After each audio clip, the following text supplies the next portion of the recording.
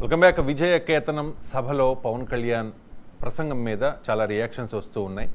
DMK స్ట్రాంగ్గా oppose చేస్తోంది. TVK Vijay కూడా పవన్కి కౌంటర్ ఇచ్చిన పరిస్థితి. స్టాలిన్ అంటూ ఉన్నారు, కేంద్రం మాపై బలవంతంగా హిందీ భాషను రుద్దుతోంది. తమిళనాడులో ద్విభాషా విధానాన్ని పాటించడం, దీనికి సంబంధించి బిల్లు 1968లోనే మా అసెంబ్లీ పాస్ చేసింది. అప్పటికి ఇంకా పవన్ పుట్టలేదేమో అంటూ ఆయన స్ట్రాంగ్గా రియాక్ట్ అయితే, బిఫోర్ బీజేపీ ఆఫ్టర్ బీజేపీ అంటూ కనిమొళి ఒక ట్వీట్ చేశారు. ప్రకాష్ రాజ్ కూడా గెలవక ముందు జనసేనాని, గెలిచాక భజన సేనాని అంటూ కూడా రియాక్ట్ అవుతున్న పరిస్థితి. అండ్ కమ్యూనిస్టులు కూడా డిఫరెంట్గా రియాక్ట్ అవుతూ ఉన్నారు. అండ్ పవన్ కళ్యాణ్ గతంలో అంటే ఏం మాట్లాడారు అంటే, భారతీయ జనతా పార్టీకి వ్యతిరేకంగా 2 పాచిపోయిన లడ్లు అంటూ గతంలో స్ట్రాంగ్గా రియాక్ట్ అయ్యారు కదా, ఆ వీడియోని అండ్ ఇప్పుడు రీసెంట్గా విజయకేతనం సభలో మాట్లాడిన ఆ వీడియోని అప్పుడు ఇప్పుడు అంటూ ఒక వీడియో కూడా రిలీజ్ చేసిన పరిస్థితి. ఒకసారి వీడియో ప్లే చేయండి. అహంకారం, ఉత్తరాది అహంకారం, దక్షిణాది అంటే చిన్న చూపు. ఆ ఉత్తరాది అహంకారం మీద నా పోరాటం. మేము భారతీయులం కాదా? మీరు ఒక్కరైనా భారతీయులు? మీ 10 మంది కలిస్తే మీదైనా భారతదేశం. ఇన్ని కోట్ల మంది దక్షిణ భారతీయులకి ఇది భారతదేశం కాదా? ఈ వివక్ష ఎందుకు ఎందుకు ఎందుకు? అలాగే మనకి కూర్చోబెట్టి ఉత్తరానికి ఉత్తర భారతానికి మనకి సంబంధం లేదన్నట్టుగా, దక్షిణాది వేరు ఉత్తరాది వేరు అని చెప్పి పిచ్చి ఐడియాలజీ కానీ, ఇవన్నీ మనం కౌంటర్ చేయాల్సి ఉంది. Arguments through rational argument, through proper logical arguments తోటి, బలమైన సాక్ష్యాధారాలతోటి. చాలా మంది ఎక్స్పర్ట్స్ ఉన్నారు. అలాంటి గొప్ప వ్యక్తులందరికీ మీరు ఒక ప్లాట్ఫామ్ కావాలి. అది మనకి ఆంధ్ర రాష్ట్రంలో చాలా మంది ఉన్నారు. సో ఫస్ట్ బైట్ వచ్చి 2016 సెప్టెంబర్ 9న మాట్లాడింది భారతీయ జనతా పార్టీకి వ్యతిరేకంగా. సెకండ్ బైట్ వచ్చి 2025 ఫిబ్రవరి రీసెంట్గా మాట్లాడిన ఇది. అండ్ దాంతోపాటు మరో వీడియో కూడా వైరల్ చేస్తూ ఉన్నారు పవన్ వ్యతిరేకులు. ఒకసారి మోడీ గారు దుర్మార్గులు అనుకుందాం, భారతీయ జనతా పార్టీ దుర్మార్గులు అనుకుందాం. నాకు వాళ్ళ మీద ఇష్టం లేదు, వాళ్ళ మీద చిరాకు నాకు. వాళ్ళే మన మీద దక్షిణ భారత వివక్ష చూపిస్తారు. సరే భరిద్దాం. భారతీయ జనతా పార్టీ అంటే అందరూ హిందువుల పార్టీ అంటారు. నా ఉద్దేశం అది హిందీ వాళ్ళ పార్టీ, అది హిందువుల పార్టీ కాదు. మేము అర్థం చేసుకుంటాం భాషల్ని. హిందీని ప్రేమిస్తాం కానీ హిందీని మా మీద రుద్దుతానంటే ఎట్లా? హిందీని మీరు రుద్దుతున్నారు, సౌత్లో దక్షిణాదిని అంటారు. మన తమిళనాడులో తమిళ్ హిందీ రాకూడదు అంటుంటే అన్ని దేశ భాషలే కదా. అంటే మాట్లాడితే సంస్కృతాన్ని తిడతారు, హిందీని మీరు రుద్దుతున్నారు, సౌత్లో దక్షిణాదిని అంటారు. అన్ని దేశ భాషలే కదా. మన తమిళనాడులో తమిళ్ హిందీ రాకూడదు అంటుంటే నాకు అనిపించింది మనసులో ఒకటే, అప్పుడు తమిళ సినిమాల్ని హిందీలో డబ్ చేయకండి. డబ్బులేమో హిందీ నుంచి కావాలి, ఉత్తరప్రదేశ్ నుంచి డబ్బులు కావాలి, కానీ హిందీని ద్వేషిస్తానంటే ఎట్లా? ఇవన్నీ మారాలి కదా. మోడీ సో పవన్ కళ్యాణ్ పదే మాట మారుస్తూ ఉన్నారు. లెఫ్ట్ అన్నారు, ఆ తర్వాత రైట్కి షిఫ్ట్ అయ్యారు. రకరకాల కామెంట్స్ వస్తూ ఉన్నాయి. అంటే పవన్ కళ్యాణ్ ఒక్కడే మారలేదు ఈ దేశంలో. మీరు చంద్రబాబు నాయుడు మోడీ పైన ఆ గతంలో అన్న మాటలు ఏంటి, ఇప్పుడున్న మాటలు ఏంటి మీరు కంపేర్ చేయండి. చాలా చంద్రబాబు నాయుడు పైన మోడీ గతంలో అన్నది ఏంటి, ఇప్పుడు అన్నది ఏంటి చూడండి. సో అందువల్ల రాజకీయ నాయకులు అనే డిఎన్ఏలోనే ఇది ఉంటుంది, ఎక్కువ తక్కువ తప్ప. ఇందులో Pawan Kalyan is not the first and will never be the last also.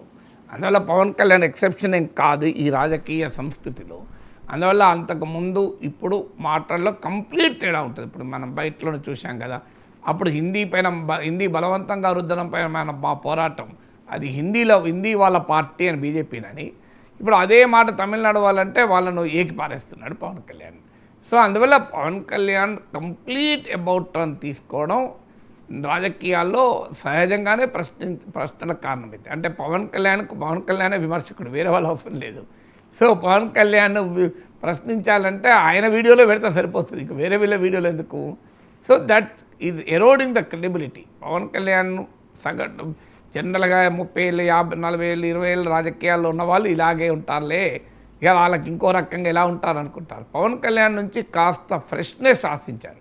ఎందుకంటే సినిమాల నుంచి వచ్చాడు, కొంత ఆవేశంగా ఉంటాడు, సో కొన్ని వాల్యూస్కు కట్టుబడి ఉంటాడు అని సమాజం ఎక్స్పెక్ట్ చేసింది. కనుక పవన్ కళ్యాణ్ కూడా ఇట్లా తయారయ్యాడు ఏంటి, అంతకుముందు అన్న దానికి కంప్లీట్ విరుద్ధంగా ఇప్పుడు మాట్లాడుతున్నాడు అనే ప్రశ్న అనివార్యంగా వస్తుంది. ఎందుకంటే పవన్ కళ్యాణ్ ఈ స్థాయిలో టర్న్ తీసుకుంటే ఆశ్చర్యం కూడా వేస్తుంది.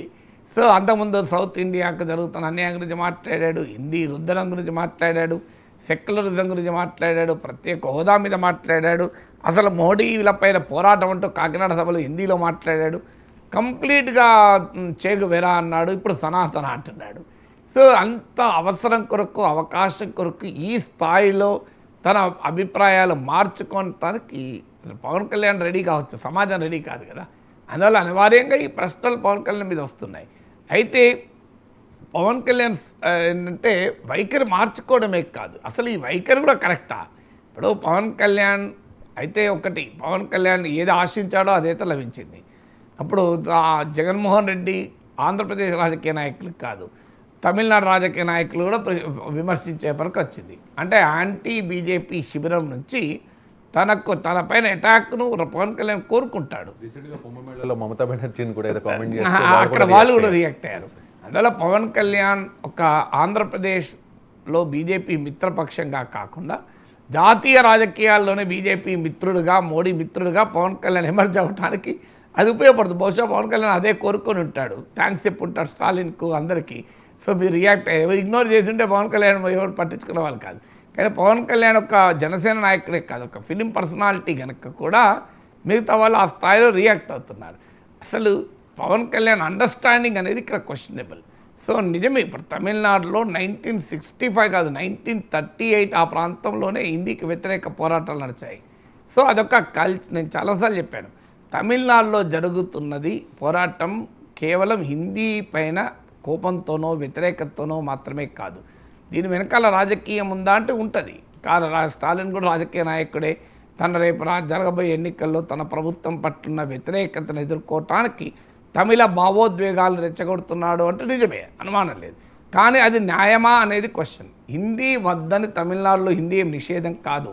ఇప్పటికీ కూడా తమిళనాడులో దక్షిణ భారత హిందీ ప్రచార సభలు శాఖలు ఉన్నాయి. కానీ నేను అనే క్వశ్చన్ ఏంటంటే, తమిళనాడులో దక్షిణ భారత హిందీ ప్రచార సభ ఉంటుంది, తెలంగాణలో ఆంధ్రలో దక్షిణ భారత హిందీ ప్రచార సభ ఉంటుంది, మరి ఉత్తర భారత తెలుగు ప్రచార సభ ఎందుకు ఉండదు? ఉత్తర భారత తమిళ ప్రచార సభ ఎందుకు ఉండదు? అంటే దేశ సమైక్యత కేవలము తెలుగు వాళ్ళకే కావాలా, తమిళ వాళ్ళకే కావాలి, హిందీ వాళ్ళకి అవసరం లేదా? ఎందుకు హిందీ రాష్ట్రాల్లో, నేను అడుగుతున్నది అదే, ఇవాళ 2 తెలుగు రాష్ట్రాల్లో 100% పాఠశాల విద్యార్థులు హిందీ నేర్చుకుంటున్నారు. ఉత్తరప్రదేశ్లో 1% విద్యార్థులు తెలుగు నేర్చుకోమన్నారు, 1%. నేను అడుగుతున్నది, మేము 100% హిందీ నేర్చుకుంటున్నాం కదా. మేము 100% హిందీ నేర్చుకున్నప్పుడు తమిళనాడులో ఉత్తరప్రదేశ్లో ఉన్న బిడ్డలు 1% తెలుగు కూడా అవసరం లేదు, సమ్ ద్రవిడియన్ లాంగ్వేజ్, తెలుగు, తమిళ, మలయాళ, కన్నడ, ఈ 4 భాషలు ఏదో ఒక్క భాష నేర్చుకోండి, 1%. అది మరి అప్పుడు దేశ సమైక్యత పాఠాలు మాకు చెప్తే ఎట్లా? మేము అడుగుతున్న ప్రశ్న అది. ఉత్తరప్రదేశ్లో 1% కూడా నేర్చుకోరా? మీరు మళ్ళీ కావాలంటే దేవనాగరి లిపి అంటే హిందీ లిపికి పోలికున్న భాషలే నేర్చుకుంటారు, అది కూడా ఒకవేళ నేర్చుకుంటే. నిజంగా అది కూడా నేర్చుకుంటలేరు వాళ్ళు, ఇంగ్లీష్ కూడా నేర్చుకుంటలేరు. మీరు హిందీ రాష్ట్రాల నుంచి వచ్చిన వాళ్ళకి చూడండి, సౌత్ ఇండియన్స్కి వచ్చిన ఇంగ్లీష్ కూడా రాదు వాళ్ళకి సరిగా. మరి ఎలా ఇది? సో అందువల్ల అడుగుతున్నది ఏంటంటే, భాష సంస్కృతికి సంబంధం, language related to culture, language related to civilisation, నాగరికత. ఇవాళ హిందీ బలవంతంగా రుద్దడాన్ని వ్యతిరేకిస్తే ఒక తెలుగు బిడ్డగా దాన్ని స్వాగతించాలి, ఆహ్వానించాలి. గతంలో పవన్ కళ్యాణ్ ఆహ్వానించాడు, హిందీ రుద్దద్దు అని అన్నాడు. ఇవాళ హిందీ రుద్దుతుంటే హిందీ పైన పోరాటమా అంటే ఎట్లా? పవన్ కళ్యాణ్ యుద్ధం చేస్తున్నాడు, సమస్య ఏంటంటే అది. సో వేరే వాళ్ళ యుద్ధం తర్వాత సంగతి, పవన్ కళ్యాణ్ యుద్ధం చేస్తే ఎలా అన్నదే ప్రశ్న. రీసెంట్గా ఈ విజయకేతనం సభలో చాలా లాంగ్వేజెస్లో